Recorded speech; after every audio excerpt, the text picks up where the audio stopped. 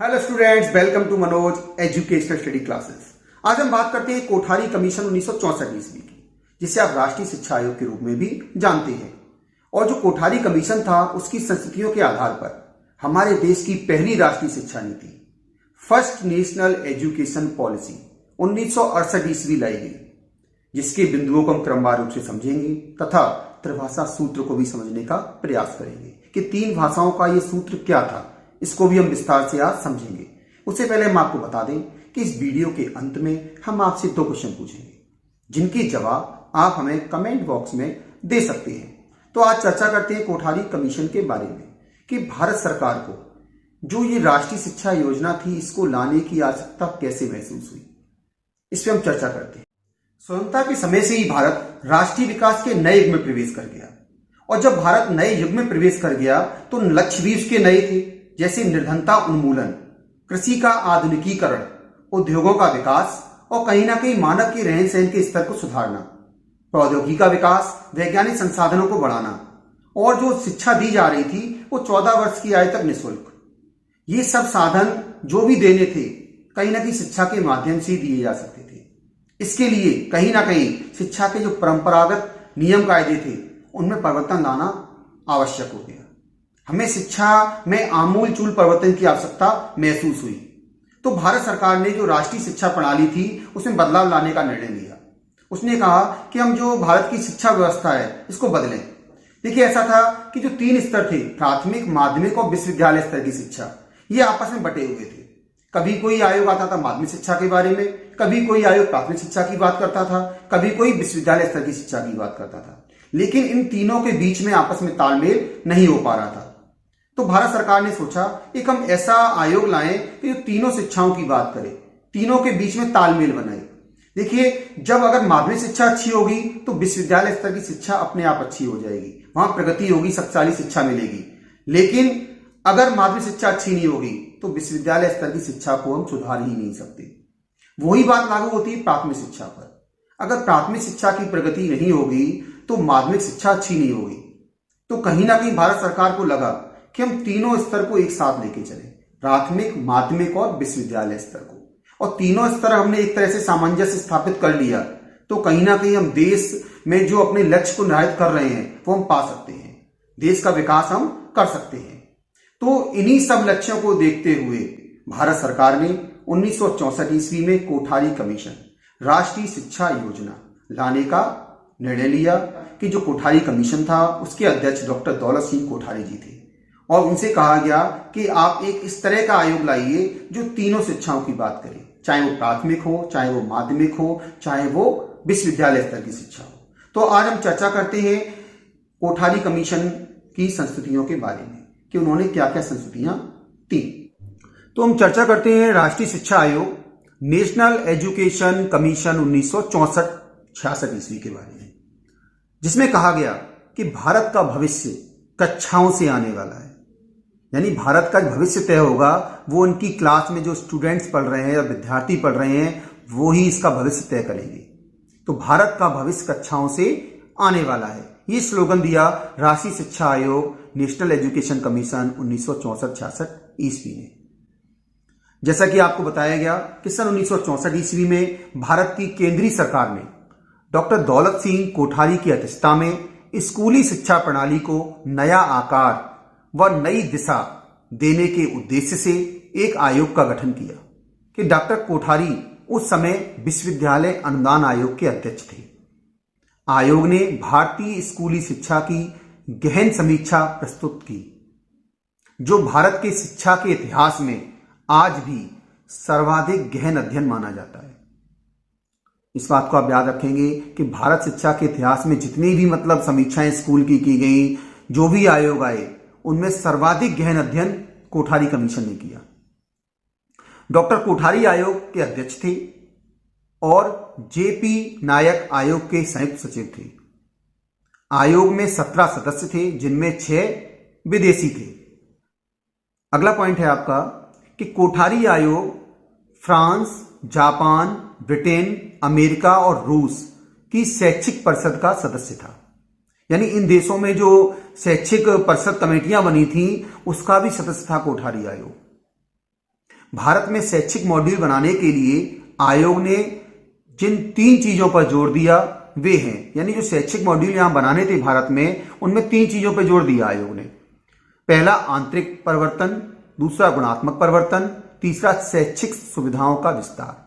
यानी जो मॉड्यूल प्रस्तुत किया कोठारी कमीशन ने, उसने कहा कि कहीं ना कहीं जो इंटरनल चेंजेस आने चाहिए हमारी शिक्षा व्यवस्था में, वो बहुत जरूरी है। जो पुरानी परिपाटी चली आ रही है शिक्षा की परंपरागत, उसको बदलना चाहिए, परिवर्तन आवश्यक है, वो इंटरनल होने चाहिए। गुणात्मक परिवर्तन यानी उसमें गुणों में भी सुधार हो, कुछ चेंजेस गुणात्मक भी, क्वालिटी भी उसकी चेंज की जानी चाहिए।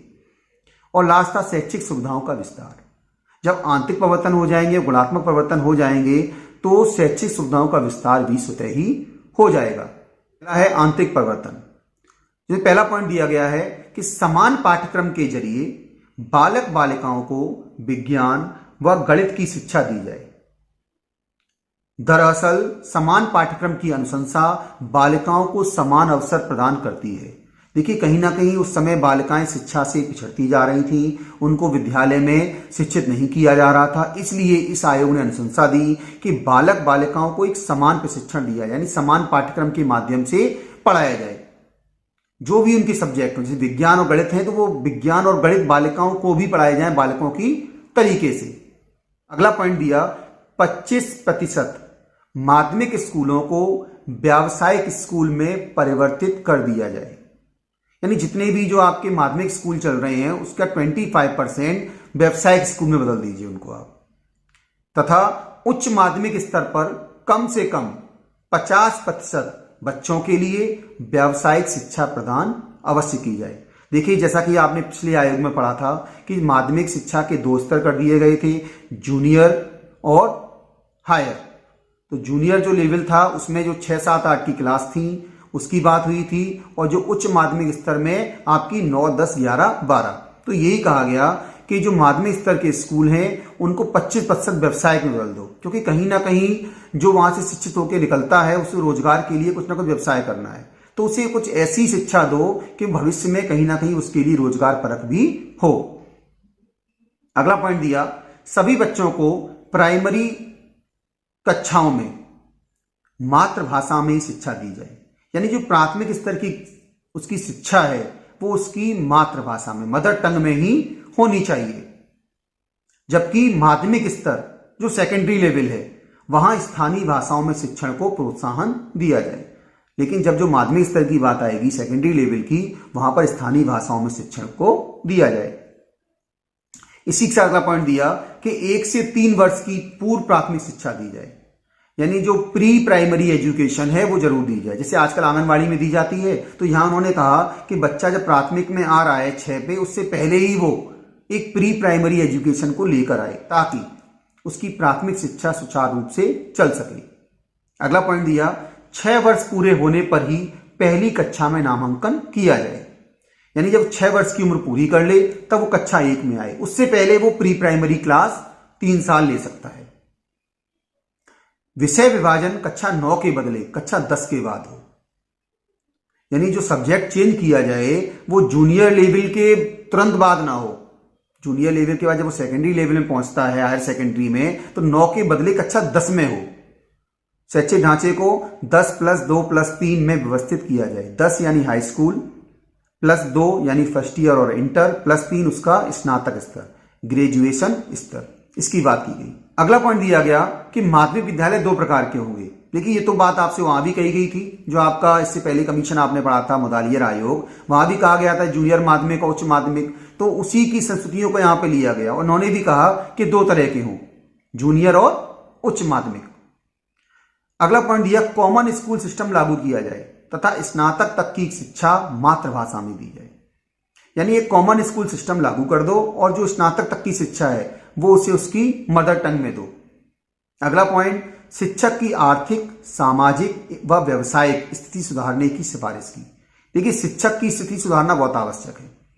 अगर शिक्षक की आर्थिक और सामाजिक स्थिति अच्छी नहीं होगी या व्यवसायिक स्थिति नहीं होगी तो कहीं ना कहीं अपने शिष्यों को या विद्यार्थियों को वह शिक्षा पूर्ण मनोयोग से नहीं दे सकता। तो यहां पर शिक्षक की स्थिति सुधारने की भी बात कही गई। विज्ञान की शिक्षा स्कूल से शुरू होनी चाहिए। विश्वविद्यालय स्तर पर विज्ञान के शिक्षण में सुधार करके वैज्ञानिक अनुसंधान को प्रोत्साहित करें। कहा गया कि जो वैज्ञानिक अनुसंधान है उसको प्रोत्साहित किया जाना चाहिए, तभी हमें अच्छे वैज्ञानिक प्राप्त हो सकते हैं। इसी के साथ साथ जो बात आई थी त्रिभाषा सूत्र की, कि आयोग ने 3 भाषा सूत्र दिए जो थे मातृभाषा, राष्ट्रीय भाषा और हिंदी और अंग्रेजी भाषा सिखाई जाए। यानी मातृभाषा, राष्ट्रीय भाषा हिंदी और अंग्रेजी भाषा सिखाई जाए।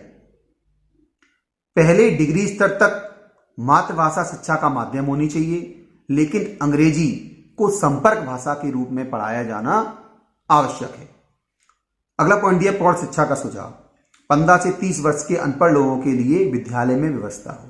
देखिए, विद्यालय की या तो छुट्टी हो जाए उसके बाद या विद्यालय खुलने से पहले ऐसी व्यवस्था कर दी जाए कि प्रौढ़ भी पढ़ सकें, जो 15 से 30 वर्ष के अनपढ़ लोग हैं।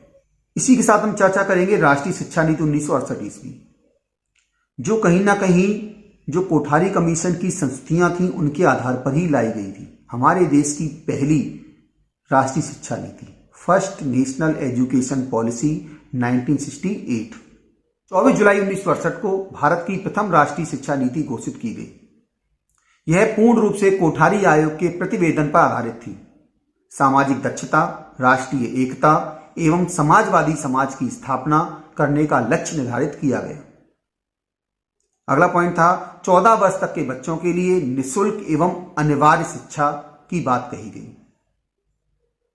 शिक्षा पर जीडीपी का 6% खर्च होगा। ये कहा गया कि शिक्षा होगी उस पर जीडीपी का 6% खर्च किया जाएगा।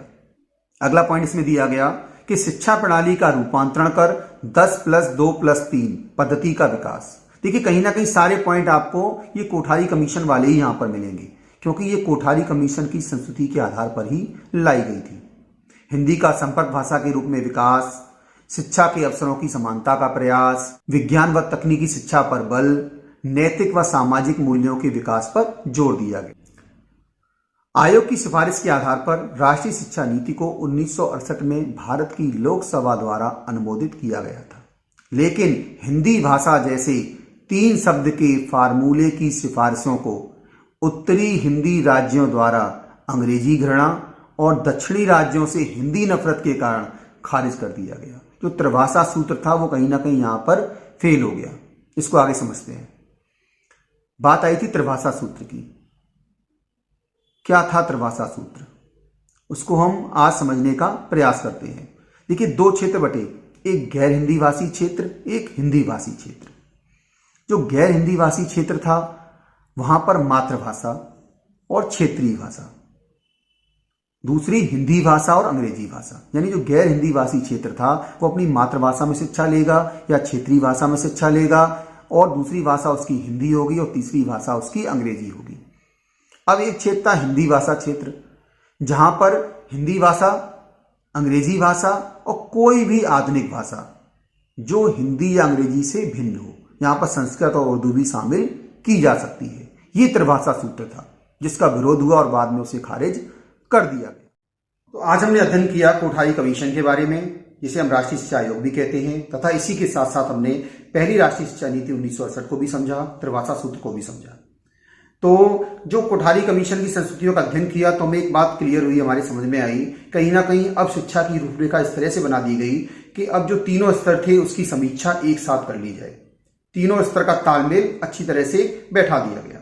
अब आते हैं आज के प्रश्न पे। पहला प्रश्न है हमारा, एशियाटिक सोसाइटी ऑफ बंगाल की स्थापना किसने की? और अगला प्रश्न है हमारा इसी के साथ साथ कि एनसीईआरटी की स्थापना कब की गई और एनसीईआरटी का फुल फॉर्म क्या है?